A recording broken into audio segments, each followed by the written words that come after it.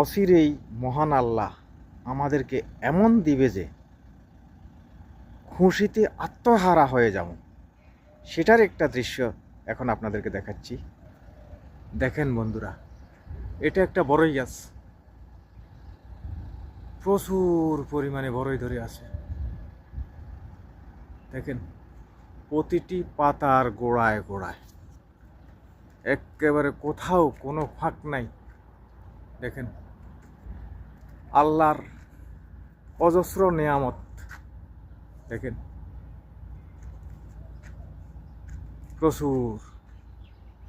এই একটা বড়ই গাছ, এই একটা বড়ই গাছের দেখেন এবার আন্দাজ করি আল্লাহর রহমত, আল্লাহর বরকত। দেখেন